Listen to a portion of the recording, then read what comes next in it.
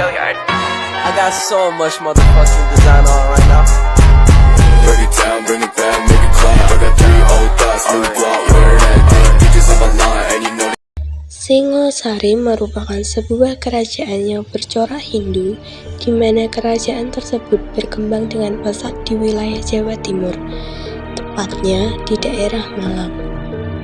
Kerajaan Singosari pada awalnya bernama Tumapel yang beribu kota Singosari. Kerajaan tersebut berdiri pada 1222 Masehi oleh raja pertama yang bernama Ken Arok, di mana kerajaan Singosari awalnya merupakan bagian dari kerajaan Kediri yang pada saat itu masih dipimpin oleh Tunggul Ametung. Pada saat itu, Ken Arok terpikat dengan istri Tunggul Ametung yang bernama Ken Dedes. Oleh karena itu, Ken Arok kemudian membunuh Tunggul Ametung dan menikahi Ken Dedes.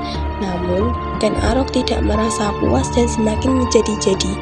Oleh karena itu, Ken Arok kemudian memutuskan untuk menyerang kerajaan Kediri yang pada saat itu masih dipimpin oleh Raja Kertajaya, hingga akhirnya kerajaan tersebut dapat ditaklukkan dengan wilayah Kediri kemudian disatukan ke dalam kerajaan Tumapel yang kemudian lebih populer dengan sebutan kerajaan Singosari. 1. Ken Arok. Berdasarkan cerita yang terukir di Prasasti Kudedu, Ken Arok merupakan pendiri kerajaan Singosari yang sebelumnya dikenal dengan nama kerajaan Tumapel. Ken Arok merupakan pendiri dan juga raja pertama dari kerajaan Singosari. Memiliki gelar yaitu Sri Rangga Rajasa Sang Amurwa Bumi. Kehadiran Ken Arok sebagai raja pertama juga menjadi penanda munculnya suatu dinasti baru, yaitu dinasti Rajasa atau yang disebut dengan Rajasa Wangsa. Di kerajaan Singosari, Ken Arok hanya berkuasa selama 5 tahun sebelum akhirnya dibunuh oleh suruhan dari Anuspati. 2. Anuspati. Anuspati setelah membunuh Ken Arok, tahta kerajaan Singosari selanjutnya digantikan oleh Anuspati yang merupakan salah satu anak tiri dari Ken Arok. Walaupun berkuasa dan menjadi raja cukup lama di kerajaan Singosari, tapi Anuspati tidak banyak membawa perubahan, sehingga tidak ada perkembangan ataupun pembaruan selama masa kepemimpinannya. Berita kematian Ken Arok kemudian sampai ke telinga Tohjoyo, yaitu anak kandung dari Ken Arok dan Ken Dedes. Setelah itu, Tohjoyo membalaskan dendam kepada Anuspati. Ia menjebak Anuspati dengan mengundangnya ke kediaman Tohjoyo untuk bermain sambung ayam. Tapi ketika sampai di sana, Anuspati justru dibunuh dengan garis empuk gandring. 3. Tohjoyo. Setelah kematian Anuspati, tahta kerajaan Singosari jatuh ke tangan Tohjoyo. Akan tetapi, kekuasaan Tohjoyo tidak berlangsung lama, sebab pembalasan dendam dilakukan oleh Ranggabuni atas kematian ayahnya yaitu Anuspati. Dibantu oleh Mahisa Cempaka, Ranggabuni berhasil menggulingkan kekuasaan Tohjoyo dan menggantikannya sebagai raja selanjutnya. 4. Ranggabuni. Setelah kematian Tohjoyo, Ranggabuni resmi menjadi raja selanjutnya di kerajaan Singosari. Ranggabuni membawa banyak kejayaan dan juga ketentraman bagi seluruh masyarakat dan kerajaan Singosari. Pada tahun 1254, Ranggabuni mengangkat Kertanegara yaitu salah satu putranya sebagai raja muda. Maksud dari pengangkatan Kertanegara ini yaitu untuk menyiapkan raja selanjutnya dari kerajaan Singosari. Sampai kemudian di tahun 1268, Ranggabuni meninggal dunia dan dimakamkan di Candi Jago. 5. Kertanegara. Kertanegara merupakan raja terakhir dari kerajaan Singosari yang berkuasa pada tahun 1268 hingga 1292. Pada masa kekuasaannya, kerajaan Singosari mengalami masa kejayaannya.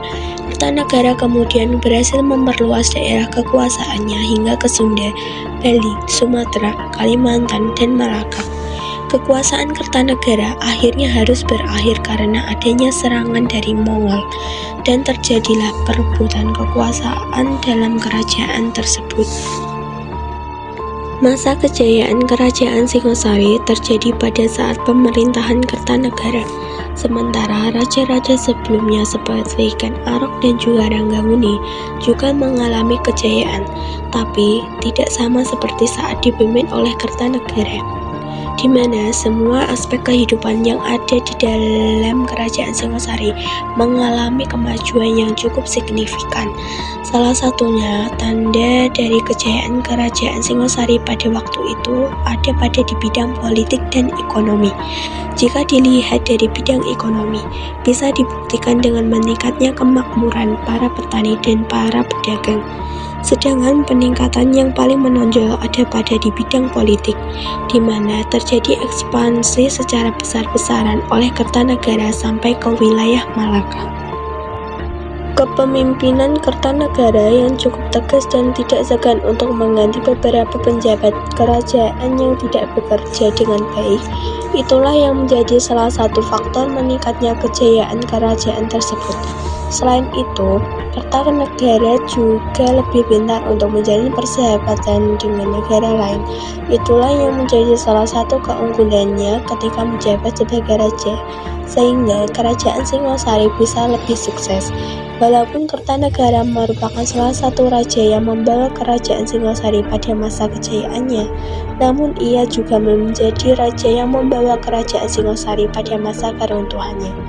Hal itu terjadi karena Kertanegara justru lebih fokus pada strateginya dalam mengembangkan kekuasaan Kerajaan Singosari melalui sistem ketahanan lautnya.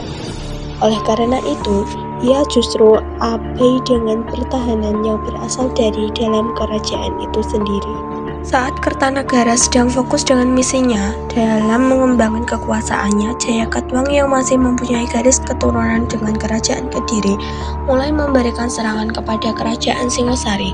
Usaha tersebut semakin dilancarkan karena Jayakatwang dibantu oleh Wiraraja yang sebelumnya sudah pernah dijatuhkan dari keraton.